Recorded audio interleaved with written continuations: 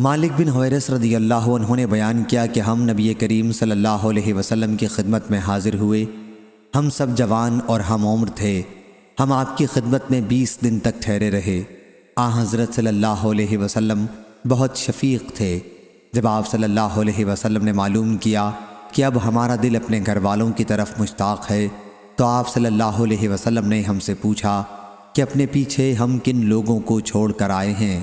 ہم نے آپ کو بتایا تو آپ نے فرمایا کہ اپنے گھر چلے جاؤ اور ان کے ساتھ رہو اور انہیں اسلام سکھاؤ اور دین بتاؤ، اور بہت سی باتیں آپ نے کہیں جن میں بعض مجھے یاد نہیں ہیں اور بعض یاد ہیں، اور فرمایا کہ جس طرح مجھے تم نے نماز پڑھتے دیکھا اسی طرح نماز پڑھو، پس جب نماز کا وقت آ جائے تو تم میں سے ایک تمہارے لیے اذان کہے، اور جو عمر میں سب سے بڑا ہو وہ امامت کرائے۔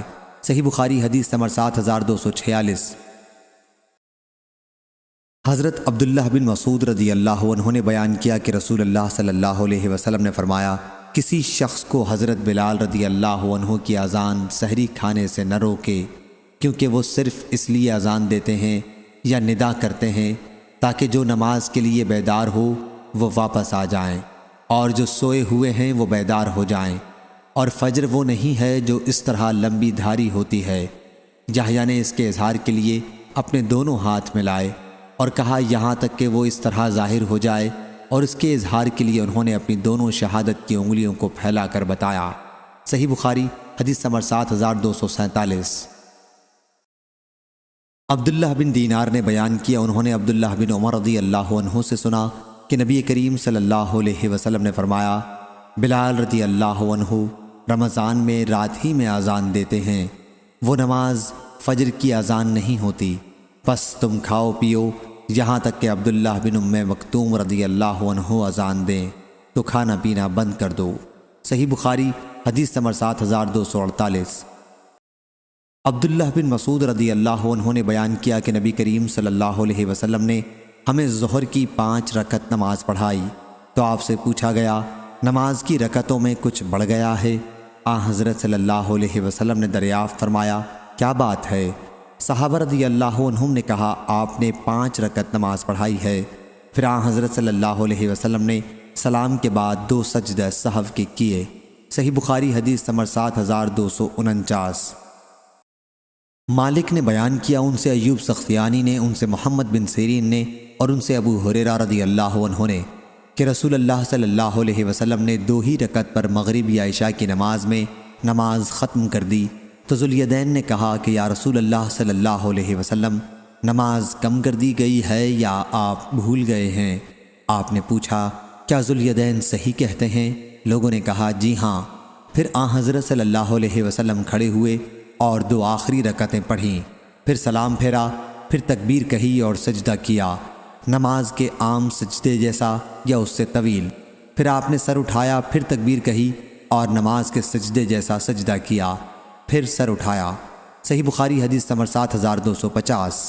عبداللہ بن عمر رضی اللہ عنہ نے بیان کیا کہ مسجد قباء میں لوگ صبح کی نماز پڑھ رہے تھے کہ ایک آنے والے نے ان کے پاس پہنچ کر کہا کہ رسول اللہ صلی اللہ علیہ وسلم پر رات قرآن کی آیت نازل ہوئی ہے، اور آپ صلی اللہ علیہ وسلم کو حکم دیا گیا ہے کہ نماز میں کعبے کی طرف منہ کر لیں، پس تم بھی اس طرف رخ کر لو۔ ان لوگوں کے چہرے شام یعنی بیت المقدس کی طرف تھے، پھر وہ لوگ کعبے کی طرف مڑ گئے۔ صحیح بخاری حدیث نمبر 7251۔ براء بن عازب رضی اللہ عنہ نے بیان کیا کہ جب رسول اللہ صلی اللہ علیہ وسلم مدینہ تشریف لائے تو آپ صلی اللہ علیہ وسلم 16 یا 17 مہینے تک بیت المقدس کی طرف منہ کر کے نماز پڑھتے رہے، لیکن آپ کی آرزو تھی کہ کعبے کی طرف منہ کر کے نماز پڑھیں۔ پھر اللہ تعالیٰ نے سورہ بقرہ میں یہ آیت نازل کی، ہم آپ کے منہ کے بار بار آسمان کی طرف اٹھنے کو دیکھتے ہیں، پس ان قریب ہم آپ کے منہ کو قبلے کی طرف پھیر دیں گے جس سے آپ خوش ہوں گے۔ چنانچہ رخ کعبے کی طرف کر دیا گیا۔ ایک صاحب نے عصر کی نماز حضرت صلی اللہ علیہ وسلم کے ساتھ پڑھی، پھر وہ مدینے سے نکل کر انصار کی ایک جماعت تک پہنچے اور کہا کہ وہ گواہی دیتے ہیں کہ انہوں نے حضرت صلی اللہ علیہ وسلم کے ساتھ نماز پڑھی ہے اور کعبے کی طرف منہ کرنے کا حکم ہو گیا ہے۔ چنانچہ سب لوگ کعبہ رخ ہو گئے، حالانکہ وہ عصر کی نماز کے رکوع میں تھے۔ صحیح بخاری حدیث نمبر 7252۔ انس بن مالک رضی اللہ عنہ نے بیان کیا کہ میں ابو طلحہ انصاری، ابو عبیدہ بن جراح اور ابی بن کعب رضی اللہ عنہم کو کھجور کی شراب پلا رہا تھا۔ اتنے میں ایک آنے والے شخص نے آ کر خبر دی کہ شراب حرام کر دی گئی ہے۔ ابو طلحہ رضی اللہ عنہ نے اس شخص کی خبر سنتے ہی کہا، انس رضی اللہ عنہ، ان مٹکوں کو بڑھ کر سب کو توڑ دے۔ انس رضی اللہ عنہ نے بیان کیا کہ میں ایک ہاون دستے کی طرف بڑھا جو ہمارے پاس تھا، اور میں نے اس کے نچلے حصے سے ان مٹکوں پر مارا جس سے وہ سب ٹوٹ گئے۔ صحیح بخاری حدیث نمبر 7253۔ شعبہ بن حجاج نے بیان کیا، کہا ہم سے ابو اسحاق نے، ان سے صلہ بن ظفر نے، اور ان سے حذیفہ رضی اللہ عنہ نے کہ نبی کریم صلی اللہ علیہ وسلم نے اہل نجران سے فرمایا، میں تمہارے پاس ایک امانت دار آدمی جو حقیقی امانت دار ہوگا بھیجوں گا۔ حضرت صلی اللہ علیہ وسلم کے صحابہ رضی اللہ عنہم منتظر رہے کہ کون اس صفت سے موصوف ہے، تو آپ صلی اللہ علیہ وسلم نے حضرت ابو عبیدہ رضی اللہ عنہ کو بھیجا۔ صحیح بخاری حدیث نمبر 7254۔ خالد بن مہران نے بیان کیا، ان سے ابو قلابہ نے اور ان سے انس رضی اللہ عنہ نے کہ نبی کریم صلی اللہ علیہ وسلم نے فرمایا، ہر امت میں ایک امانت دار ہوتا ہے، اور اس امت کے امانت دار ابو عبیدہ بن جراح رضی اللہ عنہ ہیں۔ صحیح بخاری حدیث نمبر 7255۔ حضرت عمر رضی اللہ عنہ نے بیان کیا کہ قبیلہ انصار کے ایک صاحب تھے، اوس بن خولہ نام۔ جب وہ رسول اللہ صلی اللہ علیہ وسلم کی مجلس میں شرکت نہ کر سکتے اور میں شریک ہوتا تو انہیں آ کر حضرت صلی اللہ علیہ وسلم کی مجلس کی خبریں بتاتا، اور جب میں حضرت صلی اللہ علیہ وسلم کی مجلس میں شریک نہ ہو پاتا اور وہ شریک ہوتے تو وہ آ کر حضرت صلی اللہ علیہ وسلم کی مجلس کی خبریں مجھے بتاتے۔ صحیح بخاری حدیث نمبر 7256۔ شعبہ نے بیان کیا، ان سے زبید نے، ان سے سعد بن عبیدہ نے، ان سے ابو عبد الرحمن نے، اور ان سے حضرت علی رضی اللہ عنہ نے کہ نبی کریم صلی اللہ علیہ وسلم نے ایک لشکر بھیجا، اور اس کا امیر ایک صاحب عبداللہ بن حذافہ سہمی رضی اللہ عنہ کو بنایا۔ پھر اس نے کیا کیا کہ آگ جلوائی اور لشکریوں سے کہا کہ اس میں داخل ہو جاؤ، جس پر بعض لوگوں نے داخل ہونا چاہا، لیکن کچھ لوگوں نے کہا کہ ہم آگ ہی سے بھاگ کر آئے ہیں۔ پھر اس کا ذکر حضرت صلی اللہ علیہ وسلم سے کیا تو آپ نے ان سے فرمایا، جنہوں نے آگ میں داخل ہونے کا ارادہ کیا تھا، اگر تم اس میں داخل ہو جاتے تو اس میں قیامت تک رہتے۔ اور دوسرے لوگوں سے کہا کہ اللہ تعالیٰ کی نافرمانی میں کسی کی اطاعت حلال نہیں ہے، اطاعت صرف نیک کاموں میں ہے۔ صحیح بخاری حدیث نمبر 7257۔ ابو ہریرہ رضی اللہ عنہ نے بیان کیا کہ ہم رسول اللہ صلی اللہ علیہ وسلم کے پاس موجود تھے کہ دیہاتیوں میں سے ایک صاحب کھڑے ہوئے اور کہا کہ یا رسول اللہ صلی اللہ علیہ وسلم، کتاب اللہ کے مطابق میرا فیصلہ فرما دیجئے۔ اس کے بعد ان کا مقابل فریق کھڑا ہوا اور کہا، انہوں نے صحیح کہا یا رسول اللہ صلی اللہ علیہ وسلم، ہمارا فیصلہ کتاب اللہ کے مطابق کر دیجئے اور مجھے کہنے کی اجازت دیجئے۔ حضرت صلی اللہ علیہ وسلم نے فرمایا کہ کہو۔ انہوں نے کہا کہ میرا لڑکا ان کے یہاں مزدوری کیا کرتا تھا، اسیف بمانی اجیر مزدور ہے، پھر اس نے ان کی عورت سے زنا کر لیا، تو لوگوں نے مجھے بتایا کہ میرے بیٹے پر رجم کی سزا ہوگی، لیکن میں نے اس کی طرف سے 100 بکریوں اور ایک باندی کا فدیہ دیا اور لڑکے کو چھڑا لیا۔ پھر میں نے اہل علم سے پوچھا تو انہوں نے بتایا کہ اس کی بیوی پر رجم کی سزا لاگو ہوگی، اور میرے لڑکے کو 100 کوڑے اور 1 سال کے لیے جلا وطنی کی۔ حضرت صلی اللہ علیہ وسلم نے فرمایا کہ اس ذات کی قسم جس کے ہاتھ میں میری جان ہے، میں تمہارے درمیان کتاب اللہ کے مطابق فیصلہ کروں گا، باندی اور بکریاں تو اسے واپس کر دو، اور تمہارے لڑکے پر 100 کوڑے اور 1 سال جلا وطنی کی سزا ہے۔ اور اے انیس رضی اللہ عنہ، قبیلہ اسلم کے ایک صحابی، اس کی بیوی کے پاس جاؤ، اگر وہ زنا کا اقرار کرے تو اسے رجم کر دو۔ چنانچہ انیس رضی اللہ عنہ ان کے پاس گئے اور اس نے اقرار کر لیا۔ پھر انیس رضی اللہ عنہ نے اس کو سنگسار کر ڈالا۔ صحیح بخاری حدیث نمبر 7260۔ جابر بن عبداللہ رضی اللہ عنہ نے بیان کیا کہ غزوہ خندق کے دن نبی کریم صلی اللہ علیہ وسلم نے دشمن سے خبر لانے کے لیے صحابہ رضی اللہ عنہم سے کہا تو زبیر رضی اللہ عنہ تیار ہو گئے، پھر ان سے کہا تو زبیر رضی اللہ عنہ ہی تیار ہوئے، پھر کہا پھر بھی انہوں نے ہی آمادگی دکھلائی۔ اس کے بعد آپ صلی اللہ علیہ وسلم نے فرمایا کہ ہر نبی کے حواری مددگار ہوتے ہیں، اور میرے حواری زبیر رضی اللہ عنہ ہیں۔ اور سفیان بن عینہ نے بیان کیا کہ میں نے یہ روایت ابن منقدر سے یاد کی، اور ایوب نے ابن منقدر سے کہا اے ابو بکر، یہ محمد بن منقدر کی کنیت ہے، ان سے جابر رضی اللہ عنہ کی حدیث بیان کیجئے، کیونکہ لوگ پسند کرتے ہیں کہ آپ جابر رضی اللہ عنہ کی احادیث بیان کریں۔ تو انہوں نے اسی مجلس میں کہا کہ میں نے جابر رضی اللہ عنہ سے سنا، اور 4 احادیث میں پے در پے یہ کہا کہ میں نے جابر رضی اللہ عنہ سے سنا۔ علی بن عبداللہ مدینی نے کہا کہ میں نے سفیان بن عینہ سے کہا کہ سفیان ثوری تو غزوہ قریظہ کہتے ہیں بجائے غزوہ خندق کے۔ انہوں نے کہا کہ میں نے اتنے ہی یقین کے ساتھ یاد کیا ہے جیسا کہ تم اس وقت بیٹھے ہو کہ انہوں نے غزوہ خندق کہا۔ سفیان نے کہا کہ یہ دونوں ایک ہی غزوہ ہیں، کیونکہ غزوہ خندق کے فوراً بعد اسی دن غزوہ قریظہ پیش آیا، اور وہ مسکرائے۔ صحیح بخاری حدیث نمبر 7261۔ حماد بن زید نے بیان کیا، ان سے ایوب نے، ان سے ابو عثمان نے، اور ان سے ابو موسیٰ رضی اللہ عنہ نے کہ نبی کریم صلی اللہ علیہ وسلم ایک باغ میں داخل ہوئے اور مجھے دروازے کی نگرانی کا حکم دیا۔ پھر ایک صحابی آئے اور اجازت چاہی۔ حضرت صلی اللہ علیہ وسلم نے فرمایا کہ انہیں اجازت دے دو اور انہیں جنت کی بشارت دے دو۔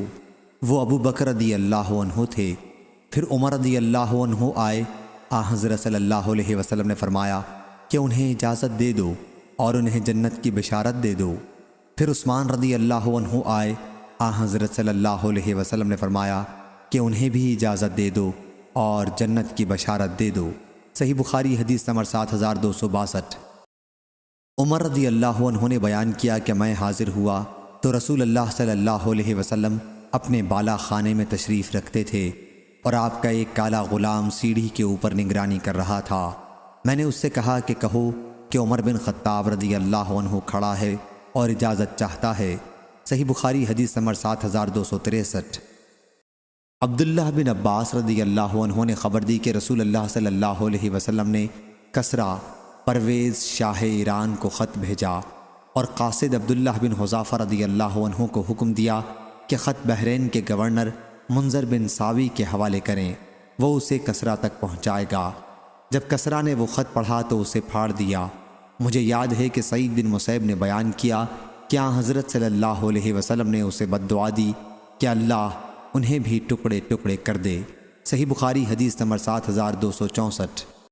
یحییٰ قطان نے بیان کیا، ان سے یزید بن ابی عبید نے، ان سے سلمہ بن اکوع رضی اللہ عنہ نے کہ رسول اللہ صلی اللہ علیہ وسلم نے قبیلہ اسلم کے ایک صاحب ہند بن اسما سے فرمایا کہ اپنی قوم میں یا لوگوں میں اعلان کر دو عاشورے کے دن کہ جس نے کھا لیا ہو وہ اپنا بقیہ دن بن کھائے پورا کرے، اور جس نے نہ کھایا ہو وہ روزہ رکھے۔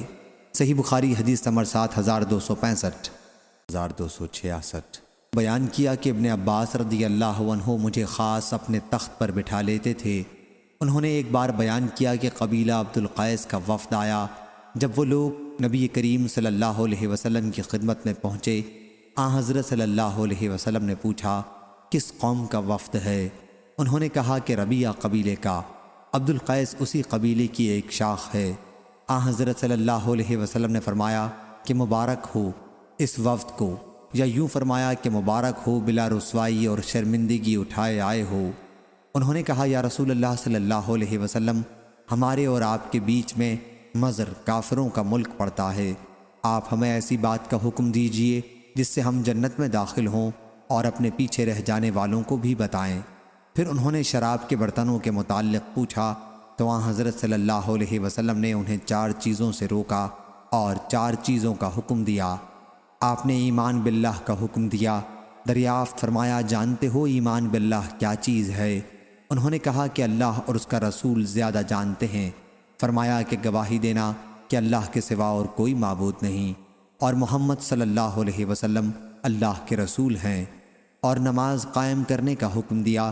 اور زکوٰۃ دینے کا۔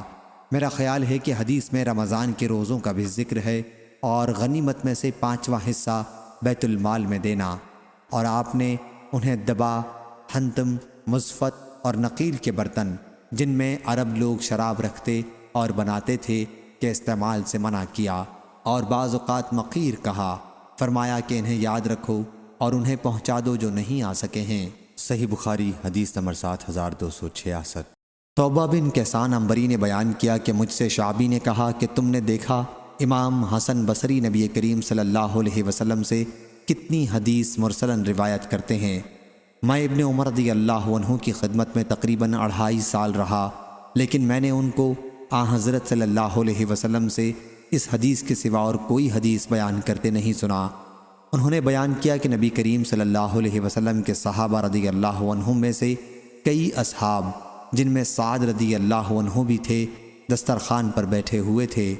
لوگوں نے گوشت کھانے کے لیے ہاتھ بڑھایا تو ازواج مطہرات میں سے ایک زوجہ مطہرہ ام المومنین میمونہ رضی اللہ عنہا نے آگاہ کیا کہ یہ سانڈے کا گوشت ہے۔ سب لوگ کھانے سے رک گئے۔ حضرت صلی اللہ علیہ وسلم نے فرمایا کہ کھاؤ۔